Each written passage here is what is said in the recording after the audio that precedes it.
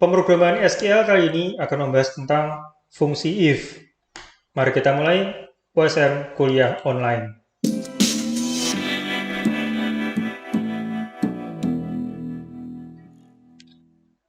Fungsi if ini bukanlah sebuah query standar, jadi sebenarnya kita punya beberapa query yang standar, misalnya select, where, insert itu query-query standar. Tetapi um, kalau if ini sebenarnya spesifik untuk MySQL. Jadi dia bukan query yang standar dan dia sebuah function, bukan kata kunci. Jadi kalau function itu berbeda gitu ya dengan kata kunci SQL. Lalu if sendiri ini nanti akan ada beberapa varian, beberapa cara penggunaan yang kita nanti bisa lihat beberapa memang dibuat lebih memudahkan kita daripada yang lain.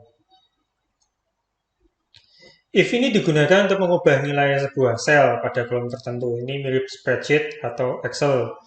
Jadi kita bisa mengubah atau kita bisa memberikan nilai tertentu berdasarkan nilai sebelumnya gitu ya.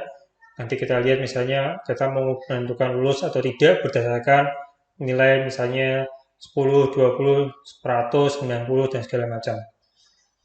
Karena ini adalah sebuah function, maka dia akan memberikan return value, ada hasilnya, yang setara dengan kolom. Ya, jadi nanti kita lihat bagaimana gunanya, dan dia tidak untuk membatasi row, tidak untuk membatasi baris. Jadi biasanya kita pakai if itu kan biasanya kadang untuk memberikan hasil yang berbeda gitu ya. Di sini hasilnya berbeda hanya pada kolomnya. Ya nilainya berbeda tapi kolomnya tetap jumlahnya, row-nya juga jumlahnya tetap. Setidaknya tidak secara langsung dia akan memberikan pembatasan row dan kolom. Ini adalah bentuk sintak dasarnya. Jadi if kurung buka syarat, koma, kalau benar apa, kalau salah apa, lalu kurung tutup. Ini mirip dengan if yang ada pada Excel ya, sangat mirip dengan yang ada pada Excel. Jadi ada syarat, nilai benar apa, nilai salah apa. Tentunya ini ditulis dengan sintaks yang sesuai dengan MySQL. Lalu berikutnya ini adalah beberapa contoh ya.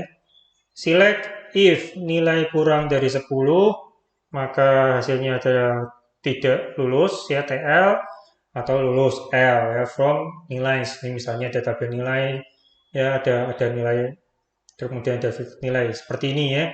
Itu seperti ini syarat, ini kalau tidak terpenuhi, maaf ini kalau terpenuhi nilai kurang dari 60 tidak lulus, kalau ini tidak terpenuhi berarti nilai 60 ke atas dia lulus. Lalu berikutnya kita karena tadi dinyatakan bisa sebagai pengganti kolom, ya setara kolom, maka kita bisa nulis misalnya seperti ini. If nilai kurang dari 60 TLS status. Jadi kita bisa memberikan alias seperti pada kolom biasanya. Atau kita juga bisa tuliskan di bagian where misalnya ya. Biasanya kan where nilai kurang dari 60, misalnya kita bisa buat seperti itu. Nah, kita kalau mau kita bisa buat seperti ini, where if nilai kurang dari 60 TL, L tutup sama dengan L. Ya. Ini bisa juga dibalik gitu ya. If-nya di bagian belakang itu boleh-boleh saja, belakang sama dengan maksudnya sisi kanan tanda sama dengan itu boleh. Jadi dia murni dianggap sebagai pengganti kolom. Lalu seperti juga di dalam Excel, ya di spreadsheet, kita bisa melakukan cascade atau nested. Jadi kita bisa bikin if di dalam if.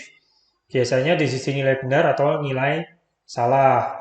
Ya, ini kan nilai benar, nilai salah ya. Biasanya di sini ya. Kalau di sini jarang sekali saya rasa kasusnya memang jadi aneh kalau kita buat di sini. Biasanya taruh di nilai benar atau nilai salah. Misalnya seperti ini, kalau tadi kan pengambilan putusannya hanya 2, tidak lulus dengan lulus. Sekarang misalnya daftar harga, kalau harganya kurang atau sama dengan 10.000 dia murah. Ya. Kalau lebih dari itu, kemudian harganya jadi tidak memenuhi syarat ini, ya kurang dari 10.000, kalau bagian yang ketiganya, segmen ketiganya kita buat if lagi. Kalau harga kurang dari 30.000, maka hasilnya adalah sedang, setelah itu mahal. Jadi ini kalau kita melakukan cascade.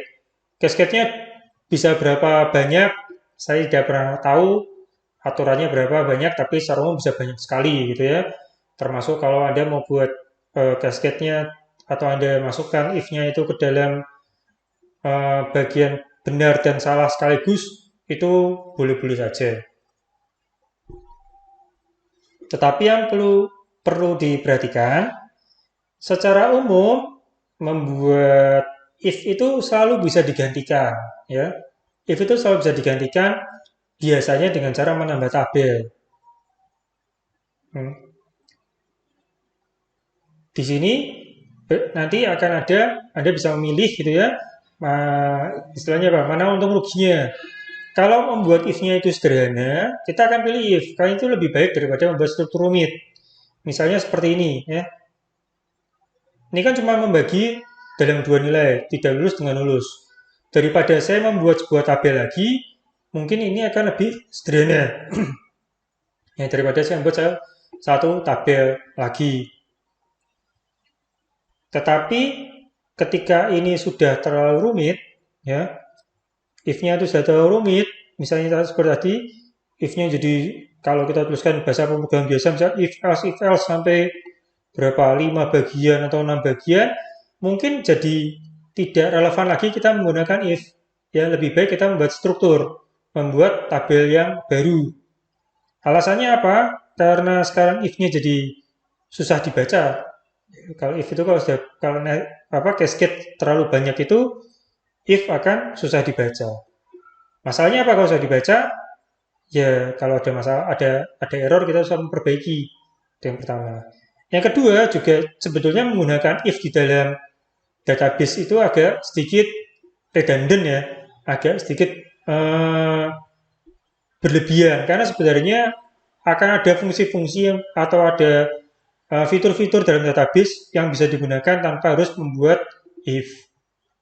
Mungkin tadi strukturnya rumit, tetapi pasti bisa. Yang sebenarnya pasti bisa. Jadi itu kenapa juga alasannya bahwa if itu tidak standar ada pada semua jenis SQL ya, hanya di MySQL saja. Ini contohnya ya, yang tadi kita bisa membuat seperti ini ya, select nilai, if nilai kurang dari 60, TLS status from nilais. Kalau saya bisa juga saya buat satu tabel nilai status, di sana ada batas bawah dan batas atas. Lalu kemudian ada status. Ya. Nah, di sana saya bisa bikin kan 0 sampai 60 atau 0 sampai 59 itu TL, kalau 60 sampai 100 itu berarti L. Itu bisa kita buat seperti ini.